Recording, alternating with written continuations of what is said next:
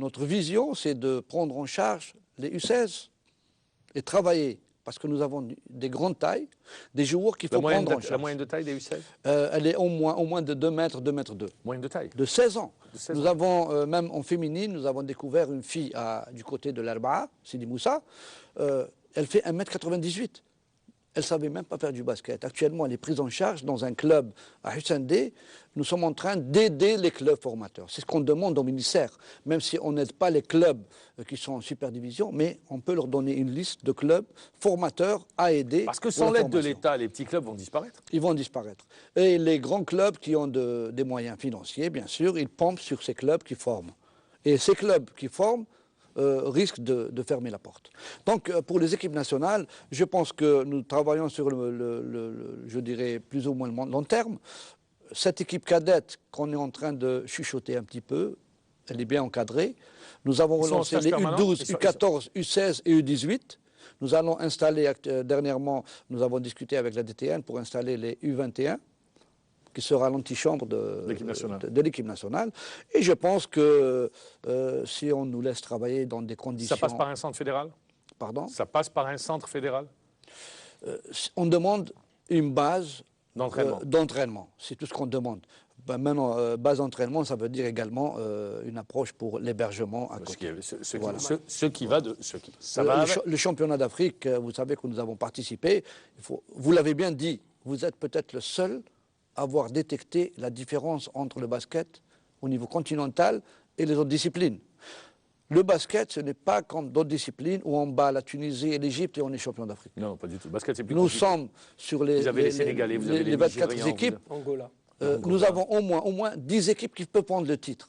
Donc déjà, l'exemple, la Tunisie... Après le foot, parce qu'il faut le savoir, sur le continent, dans ces pays-là, le basket arrive en deuxième position. La Tunisie, vous l'avez remarqué, elle était championne d'Afrique en 2011. Elle se retrouve dernièrement à la 9e place. Bon, nous n'avons pas participé pendant 3 éditions. Nous avons essayé de voir notre niveau. Maintenant, on sait le niveau de notre équipe nationale, il est situé à tel grade. Nous allons essayer de travailler ensemble pour 2015-2017. Les techniciens, vous avez parlé de la formation des techniciens avec les Français, c'est les techniciens de ligue du championnat d'excellence qui sont en place? C'est les techniciens, bien sûr, du haut niveau, de la super division. Et également, nous sommes en train de débattre avec la fédération française pour essayer d'envoyer les meilleurs, une sélection après le stage qui vont au mois de mars. On va envoyer peut-être 5 entraîneurs qui vont être pris en charge en France dans des centres de préparation de leur élite.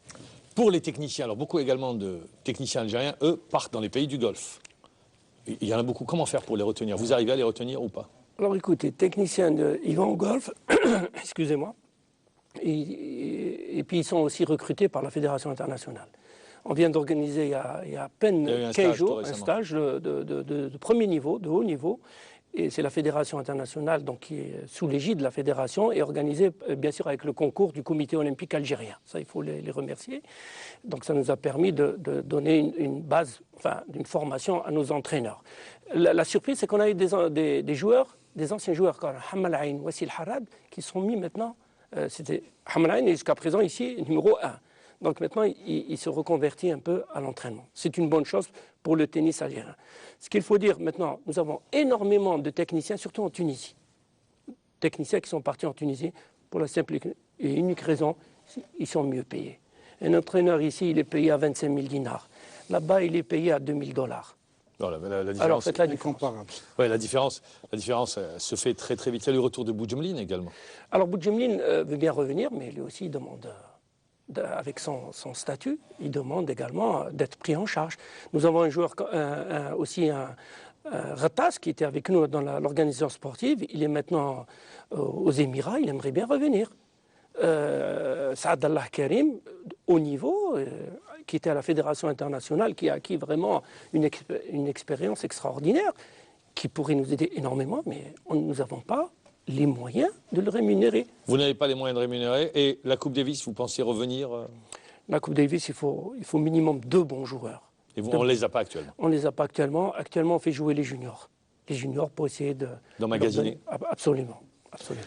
Alors, je me tourne vers vous. On va quitter le basketball pendant quelques secondes parce que vous avez également vous avez été dirigé, pardon, voilà, j'ai cherché le mot, je m'en mêle les pinceaux, dirigé la Fédération algérienne de handball, bureau provisoire.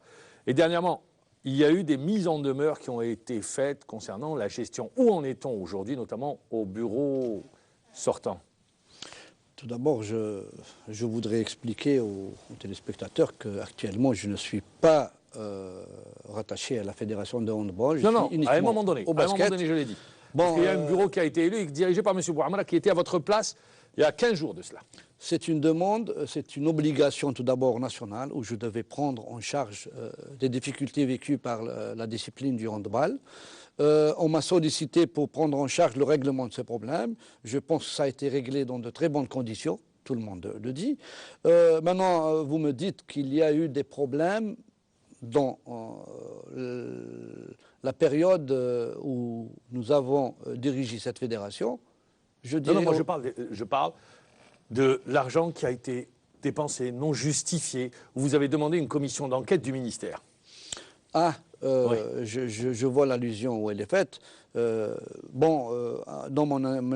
que j'étais installé, on a commencé à travailler avec le directoire.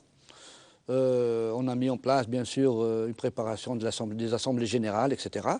Malheureusement, à un certain moment, on a découvert qu'il y avait un chèque qui était émis à l'ordre d'une personne. Je ne pouvais pas juger sur place. J'ai demandé au signataire de chèque de régulariser sa situation, c'est tout. On a demandé à ce que régulariser la situation du chèque. Ça a été fait ou pas? Du chèque. Ça n'a pas été fait. J'ai relancé une deuxième fois par mise en demeure, bien sûr. Mais il ne faut pas oublier que c'est les données de l'État. C'est pour ça que je voulais en arriver là, la gestion des deniers de l'État.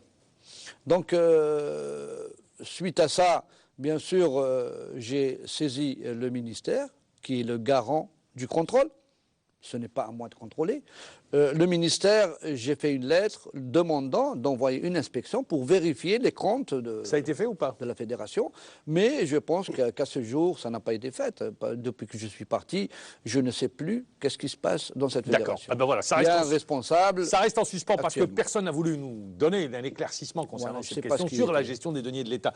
Monsieur Mohamed Bouabdallah, on arrive à la fin de l'émission. On est au mois de décembre. On va sur l'année 2014. Qu'est-ce que vous attendez de cette année 2014 ?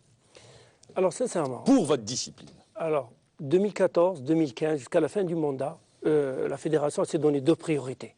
C'est les infrastructures et la formation. Les infrastructures, ça ne dépend pas de vous. Oui, mais nous allons nous battre.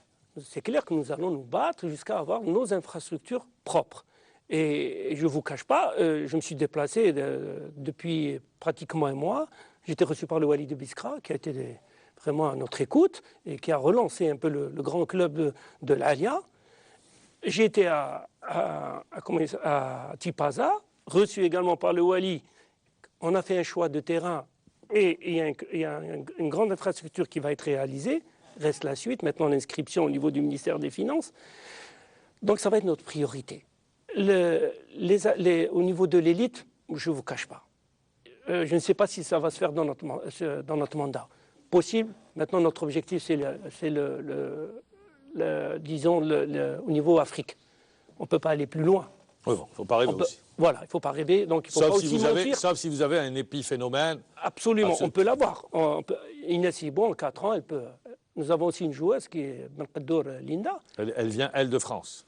Non, elle est à Alger. Il y a une jeune également issue de l'immigration qui était là au tournoi. Oui, il y en a une qui est là, et puis il y en a une qu'on a contactée. J'espère qu'elle va venir jouer sous les couleurs algériennes. Alors ça sera le gros lot.